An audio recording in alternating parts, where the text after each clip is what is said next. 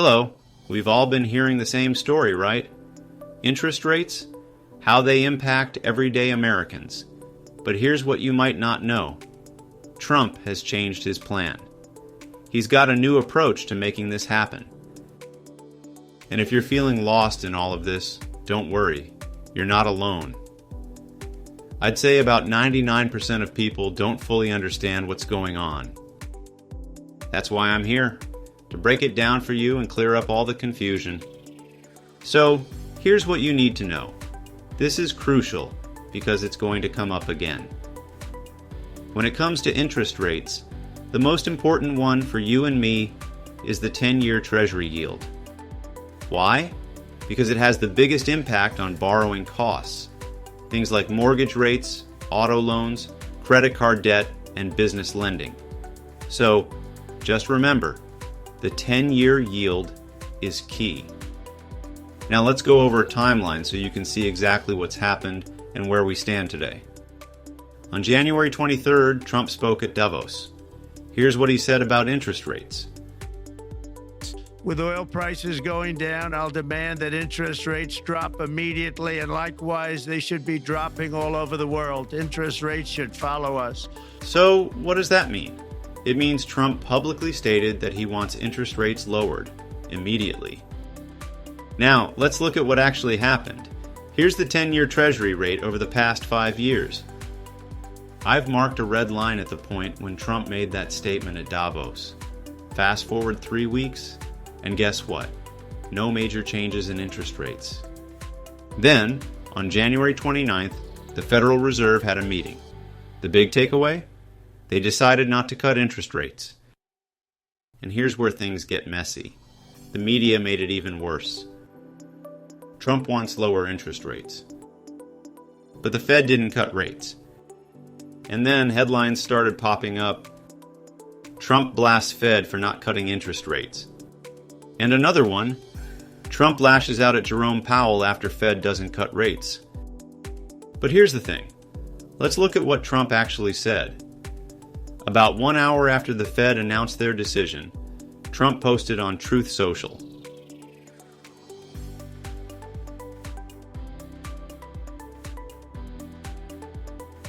But if you read his post, nowhere in it does he mention interest rates. Instead, he criticizes the Fed for inflation, regulation, and other issues, but nothing about interest rates.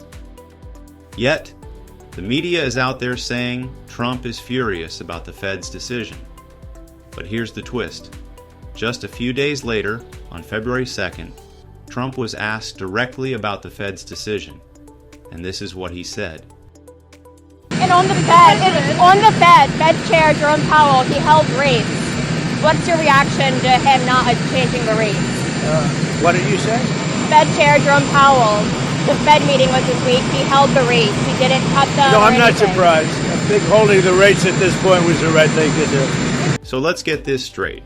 Trump demanded lower interest rates. Then, when the Fed didn't cut rates, he said he agreed with them. And the media?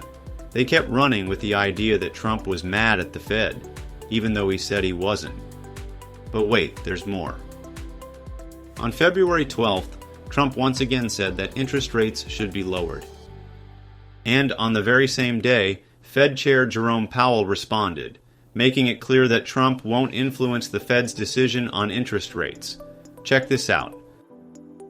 But I'm more concerned with the president's statement at 7:58 this morning, where he said interest rates should be lowered.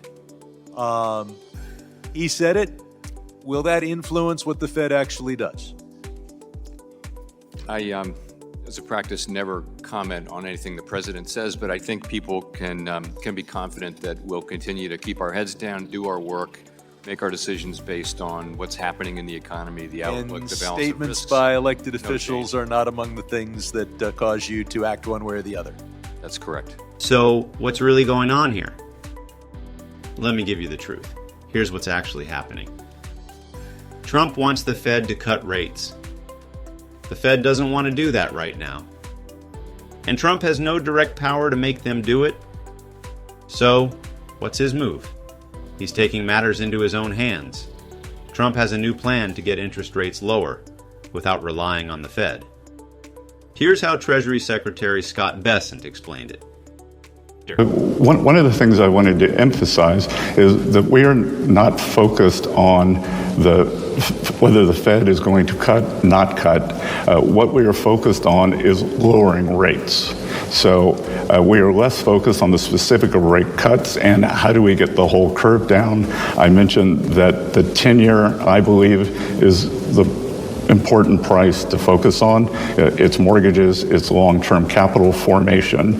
So, and look, I think with the president's policies of energy dominance, deregulation, and non-inflationary growth, I think that the 10-year is going to naturally come down. And then, look, on top of it, what if we do get some big savings on the spending side from the DOGE program? So, let me clarify. Trump's new plan is to bring down interest rates by lowering inflation. Does that make sense? Yes. Here's why. Think about it this way.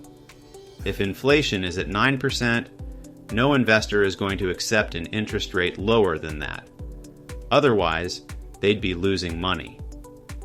So, the higher inflation is, the higher borrowing costs go. If inflation drops, interest rates naturally come down with it. That's the logic behind Trump's strategy. So how does he plan to lower inflation? Number 1, increase oil production. Since energy costs impact almost everything, lowering energy prices brings down overall costs. Number 2, cut government spending. If the government spends less, they print less money, which helps control inflation. Number 3, deregulation. Cutting red tape can improve efficiency, create competition, and drive prices down. But here's the real question. Will Trump's plan actually work? Let me know what you think in the comments. My take? Trump may have some influence on inflation, but interest rates will still be primarily controlled by the Federal Reserve. And here's something for my financially savvy viewers. Don't fall for the idea that the Fed has minimal power over long-term rates. That's just not true. Look at how low the 10-year yield was in 2020-2022. If the Fed lowers rates and buys bonds, it absolutely affects long-term yields. At the end of the day, interest rates will be set by the market, but the Fed has the biggest influence over them, not the president.